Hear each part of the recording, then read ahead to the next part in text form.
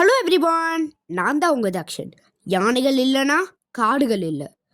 இதை நான் சாதாரணமாக சொல்லலை. இதுக்கு 5 முக்கியமான காரணங்கள் இருக்கு. ஒரு யானை ஒரு நாளைக்கு 200லேருந்து 250 கிலோ உணவை உட்கொள்ளும். யானைகளோட உணவு என்பது இலை, தலை, பழங்கள் மற்றும் மரக்குச்சிகள்.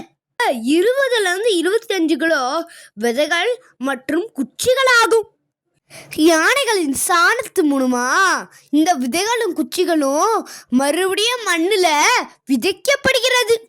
இப்படி ஒரு யானை தன்னோட வாழ்நாள்ல 18 லட்சம் மரங்களை உருவாக்குது. யானைகள் காட்டின் தோட்டக்காரர்கள். காட்டுல நடக்கும்போது செடி கொடிகளை உடைச்சு வழியை ஏற்படுத்துது. இதனால சூரிய ஒளி கிடைச்சு புதிய செடிகள் வளர்கின்றன. கோடை காலத்துல யானை தன்னோட தும்பிக்கையால தோண்டி நீர்நிலைகளை உருவாக்குது. இதனால மற்ற விலங்குகளுக்கும் தண்ணீர் கிடைக்குது. யானைகள் இருக்கக்கூடிய காடு தான் ஆரோக்கியமான காடு அப்படின்னு சொல்றாங்க.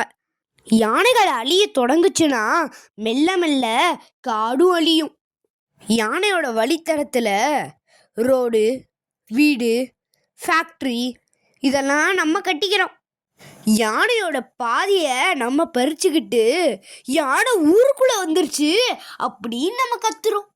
யானைக்கும் மனிதனுக்கும் அந்த மோதல்ல நிறைய தடவை யானை தான் தோக்குது.